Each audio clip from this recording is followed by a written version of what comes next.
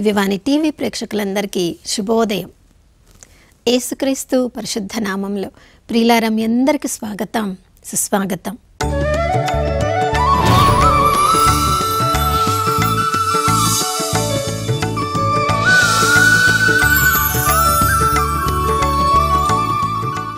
గడిచిన దినమంతా కాచి కాపాడిన దేవునికి మనసారా వందనాలు తెలియచేద్దాం. ప్రియులారా, దేవుని ప్రేమ తరిగిపోలేదు, ఆయన కరుణ సమసిపోలేదు. ప్రతి ఉదయము ఆ ప్రభువుని ఎవరెవరు వెతుకుతూ ఉంటారో వారందరిపై కూడా నూతనంగా తన ప్రేమను కరుణను కుమ్మరిస్తానని వాగ్దానం చేసిన దేవుడు నమ్మదగినవాడు, విశ్వసనీయుడు అని విలాపగీతములు 3వ అధ్యాయము 22-23 వచనాల్లో ప్రతిరోజు మనము గుర్తు చేసుకుంటూ ఉన్నాం. ప్రియులారా, ఈ లోకము అశాశ్వతమైనది. ఈ లోకంలో జన్మించిన వారందరూ కొద్ది కాలం జీవించిన తర్వాత, అది కొన్ని రోజులే కావచ్చు, కొన్ని నెలలే కావచ్చు, కొన్ని సంవత్సరాలే కావచ్చు, ఈ లోకాన్ని మాత్రము వదిలి వెళ్ళవలసిందే. ప్రియులారా, ఆ స్పర్శలో మనం ఉన్నట్లయితే మన దృష్టిని ఈ లోకం మీదనే పూర్తిగా సారించము. ప్రతిరోజు మనం సజీవుల లెక్కలో ఉంటున్నామంటే దేవుడు మనకి ఇస్తున్న ఒక గొప్ప అనుగ్రహం. రాత్రి ఎంతోమంది నిద్రలోనికి వెళ్ళారు, కానీ ఆ నిద్రలోనే శాశ్వత నిద్రలోనికి వెళ్ళిపోయారు. దేవుని కృప మన మీద ఉంది కాబట్టే ఈ ఉదయకాలంలో ఈ సూర్యుని, చంద్రుణ్ణి, మనుషుల్ని, మన కుటుంబ సభ్యుల్ని, మన కొలీగ్స్ని, స్నేహితులను మనం చూడగలుగుతున్నాం. ప్రియులారా, దేవుని కృప ఇంకా మనలో పనిచేస్తూ ఉంది అనడానికి మనం సజీవుల లెక్కలో ఉన్నామని ఇదే ఒక నిదర్శనం. కానీ రాత్రి శాశ్వత నిద్రలోనికి వెళ్ళిన వాళ్ళలో మనము కూడా ఉండినట్లయితే మనం మన ఆత్మను ఎక్కడికి పంపించిన వాళ్ళం అవుతాం.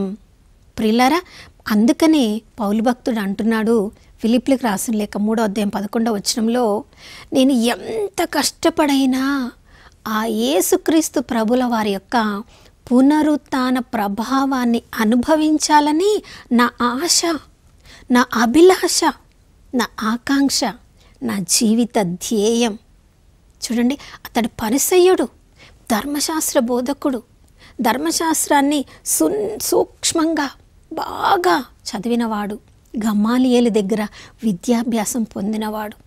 ఒకప్పుడు ఈ గుణగణాలను గొప్పగా ఉండేవి, కానీ ఎప్పుడైతే పునరుత్థానుడైన యేసుక్రీస్తు ప్రభుల వారిని తన ఆత్మీయ నేత్రములతో చూశాడో, ఆయన స్వరాన్ని తన ఆత్మీయ చెవులతో విన్నాడో, తన జీవితం పూర్తిగా మారిపోయింది. ప్రియులారా, యూదా మతమే ఇక తన జీవిత ధ్యేయమని జీవిస్తూ ఉన్నవాడు మార్గము వైపుకి ఆకర్షింపబడ్డాడు. ప్రియులారా, ఈ లోకంలో జీవించి మన జీవితం ముగించిన తర్వాత ఎటువైపుకి మన ఆత్మను మనం పంపిస్తున్నాం? మొట్టమొదటిగా మనం ఎక్కడ నిత్యత్వంలో జీవించబోతున్నామో అది నిర్ణయించబడేది మనం ఈ లోకంలో జీవిస్తూ ఉన్నప్పుడే. లూకాసు వార్త 16వ అధ్యాయం 19వ వచనం నుంచి మనం చదువుతున్నప్పుడు ధనికుడు, లాజరు, 2 వ్యక్తుల గురించి ప్రభు మనకు నేర్పిస్తున్నాడు. ధనికుడు పేరే లేదు, కానీ ఆయన పరిస్థితిని బట్టి ఆ ధనరాశుల మీద తన జీవితాన్ని ఎలా జీవిస్తున్నాడో ప్రభువు తనకున్న పరిస్థితిని బట్టి, ఆర్థిక పరిస్థితిని బట్టి అతను మనకు పరిచయం చేస్తున్నాడు. ఇంకొక వ్యక్తి లాజరు, ఆ పేదవాడు, చాలా అనారోగ్యంతో ఉన్నవాడు, తన గురించి పట్టించుకునే వాళ్ళు ఎవరూ లేదు, అనాథ కాబట్టి, తనకి పొట్ట పోసుకోవడానికి కూడా ఆహారం లేదు కాబట్టి, శరీరము చిక్కి శల్యమైపోయింది కాబట్టి, అన్ని శరీరం మీద పుండ్లు ఉన్నాయి, దానికి వైద్యం చేయించుకోవడానికి కూడా డబ్బులు లేవు. కానీ ఎప్పుడెప్పుడైనా ఆ యొక్క ధనవంతుడు కనికరించి ఆయన యొక్క బల్ల మీద నుంచి కింద డస్ట్బిన్లో పడేసేవన్నా దొరుకుతాయేమో అని ఎదురు చూస్తూ ఉన్నవాడు. ఆ వ్రణముల మీద కుక్కలు నాకుతూ ఉన్నప్పుడు ఎంత బాధను అనుభవించాడో. ఆ ధనవంతుడు ఎన్నోసార్లు ఆ దారిలో వస్తూ వెళ్తూ కూడా ఆ లాజరుని చూసి ఉండవచ్చు ప్రియులారా, కానీ ఎప్పుడు కూడా పట్టించుకోలేదు. ధనవంతుడికి తెలుసు ఈ లోకం శాశ్వతము కాదని. లాజరుకి కూడా తెలుసు ఈ లోకం శాశ్వతం కాదని. లాజరు ఎప్పుడు కూడా ఆ ధనవంతుణ్ణి నిందించలేదు, ఆహారం పెట్టడం లేదని అతని మీద నేరారోపణ చెయ్యలేదు. తన పరిస్థితిని గురించి తన మీద తానే ధ్యానించుకుంటున్నాడు. కానీ ధనవంతుడు ఈ లోకం శాశ్వతం కాదు అని తెలిసినప్పటికీ కూడా తనకి ఇంత ఎక్కువగా ఉన్నప్పటికీ అవసరంలో ఉన్న వాళ్ళకి ఎవరైనా సహాయం చేద్దామని ఎప్పుడు కూడా ఆలోచించలేదు ప్రియులారా. వారిద్దరు కూడా మరణించారు. వారిద్దరి పరిస్థితి ఒకరికొకరికి తెలిసింది. ఈ లోకంలో కష్టాలు అనుభవించిన లాజరు అబ్రహాము ఒడికి చేర్చబడ్డాడు. అతడు పాతి పెట్టబడ్డాడని కూడా అక్కడ వ్రాయబడలేదు ప్రియులారా. అతన్ని పాతి పెట్టడానికి కూడా ఎవరు లేరేమో, కానీ ఆయన శరీరం గురించి అక్కడ ఏమి వ్రాయబడలేదు. కానీ ఆత్మను మాత్రము ఆయన మరణించిన వెంటనే లాజరు ఆత్మను దేవదూతలు తీసుకుని వెళ్ళి అబ్రహాము ఒడిలో చేర్చారు. కానీ ధనవంతుడు చూడండి, తనకు చాలామంది బంధువులు ఉన్నారు, కుటుంబ సభ్యులు ఉన్నారు కాబట్టి అతని శరీరం గురించి వాళ్ళు శ్రద్ధ వహించారు కాబట్టి మేళతాళాలతో తీసుకుని వెళ్ళి పాతి పెట్టి ఉండవచ్చు. అంతవరకే వాళ్ళు సహాయం చేయగలరు.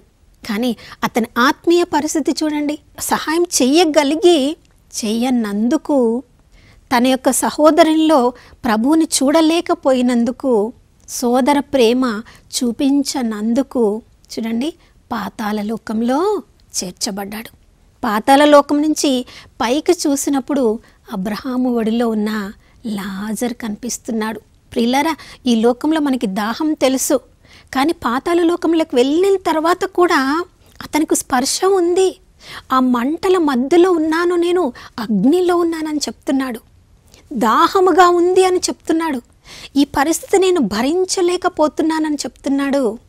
అంటే మన ఆత్మకు స్పర్శ ఉంది. మన ఆత్మ అందరిని గుర్తించగలదు. మన ఆత్మ ఈ లోకంలో మనం ఎలా జీవించామో అది తిరిగి గుర్తు చేసుకోగలదు. చూడండి, అప్పుడు అబ్రహాము చెప్తున్నాడు, అయ్యా నీకు నాకు మధ్య పెద్ద అగాధం ఉంది. ఇక్కడ వాళ్ళు అక్కడికి రాలేరు, అక్కడి వారు ఇక్కడికి రాలేరు. ప్రియులారా, మనము నిత్యత్వంలో ఎక్కడ ఉండాలని నిర్ణయించుకోవాల్సింది ఇక్కడే. అక్కడికి వెళ్ళిన తర్వాత ప్రయత్నించుదాం, అది అసాధ్యం.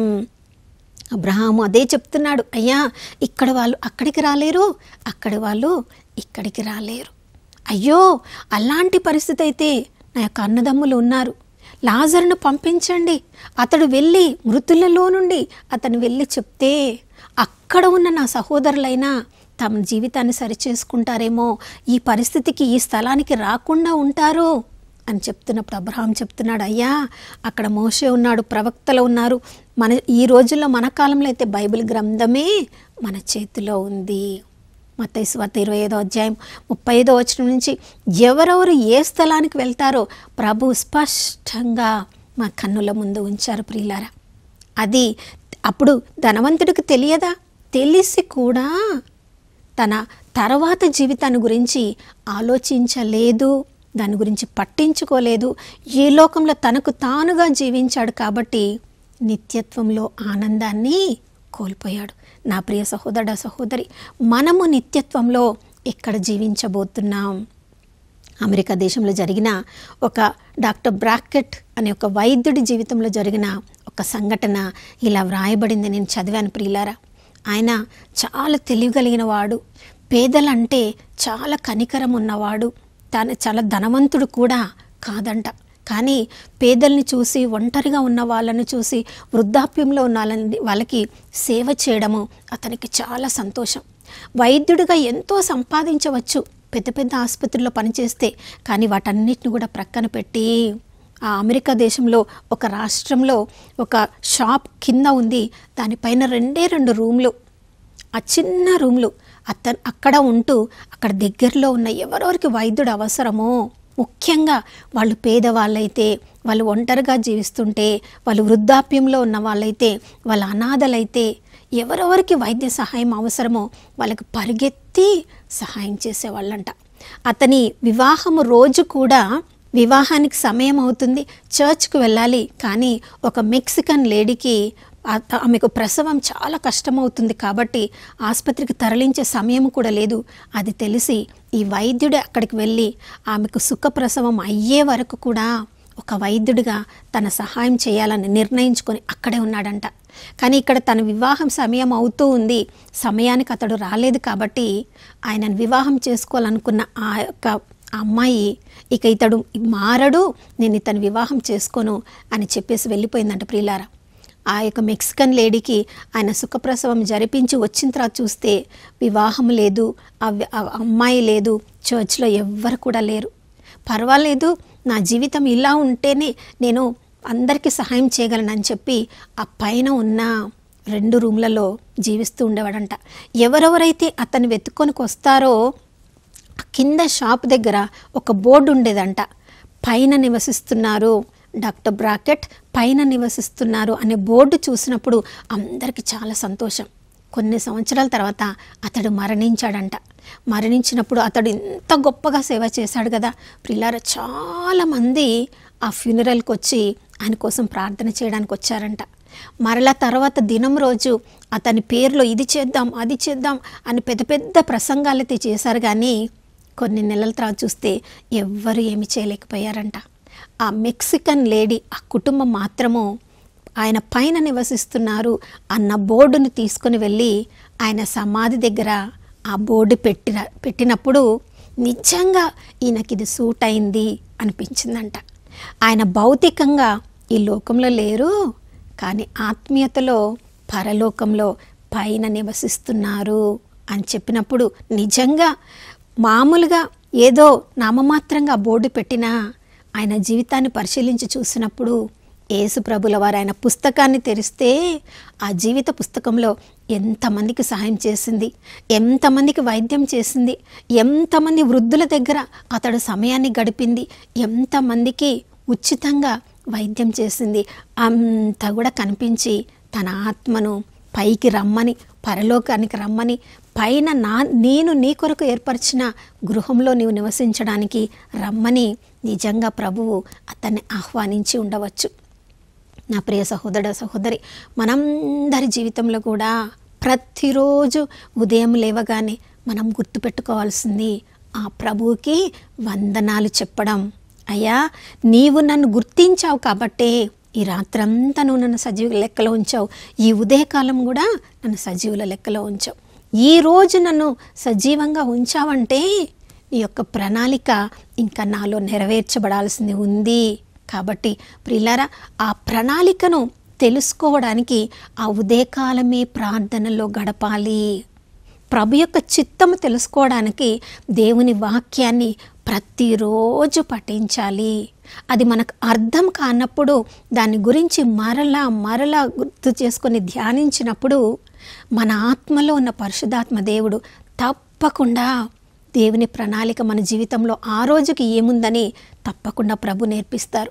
మార్కు సువార్త 1:35 యేసుక్రీస్తు ప్రభుల వారే ఉదయమునే వేకువజామునే ఒంటరిగా తండ్రితో సమయాన్ని ప్రార్థనలో గడిపారు.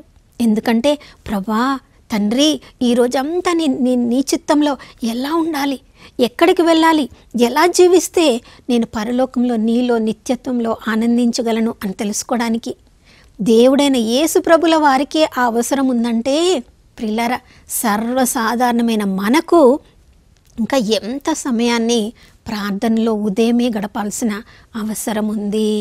అందుకని ఈ ఉదయకాలంలో నా ప్రియ సహోదరుడ సహోదరి, మనం ఈ రోజుకి మాత్రమే జీవించడం లేదు. ఈ క్షణము మనది, మరుక్షణము మనదో కాదో తెలియదు. మరి నిత్యత్వంలో మన ఆత్మను ఎటువైపు పంపిస్తున్నాం? ప్రతి క్షణము కూడా దాని మీద మనం దృష్టిని పెట్టాలి. మనం ఈ లోకానికి చెందిన వారము కాదు ప్రియులారా.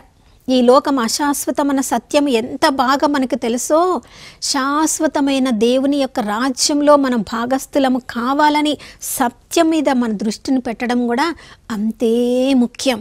కాబట్టి ఈ ఉదయకాలంలో సజీవుల లెక్కలో ఉన్న మనమందరం కూడా ఆ ప్రభు తన నూతన కృపను మనందరి మీద కుమ్మరించారు. కాబట్టి మన దృష్టిని పరలోకంలో యేసు ప్రభు మన కొరకు తయారు చేసిన ఆ నిత్య నూతన గృహంలోనికి మనందరినీ చేరడానికి సిద్ధపరచమని, అభిషేకించమని, దాని కొరకు ప్రతిరోజు కూడా మనల్ని మనము దేవుని చిత్తానికి మనము అప్పచెప్పుకునే కృప మనందరికీ అనుగ్రహించమని ప్రార్థించుకుందాం. నాతో కలిసి ప్రార్థించండి. పరిశుద్ధమైన దేవానికి స్తోత్రములు తండ్రి.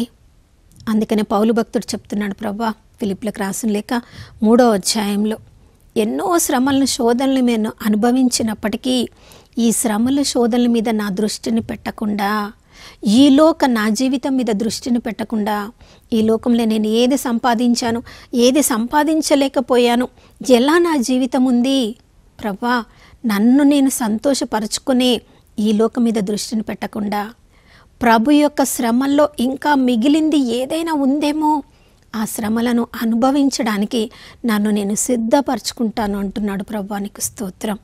అందుకనే ప్రభా మా శక్తి మా ద్వారా అయ్యా నీకు ప్రీతికరంగా ఈ లోకంలో మేము జీవించాలంటే నాయనా ఫిలిప్పీలకు రాసిన లేఖ 4వ అధ్యాయం 8వ వచనం ప్రకారం మంచియు స్తుతిపాత్రములైనవి సత్యముతో నిండినవి అయ్యా అలాంటి విషయాలను మా హృదయంలో నింపండి.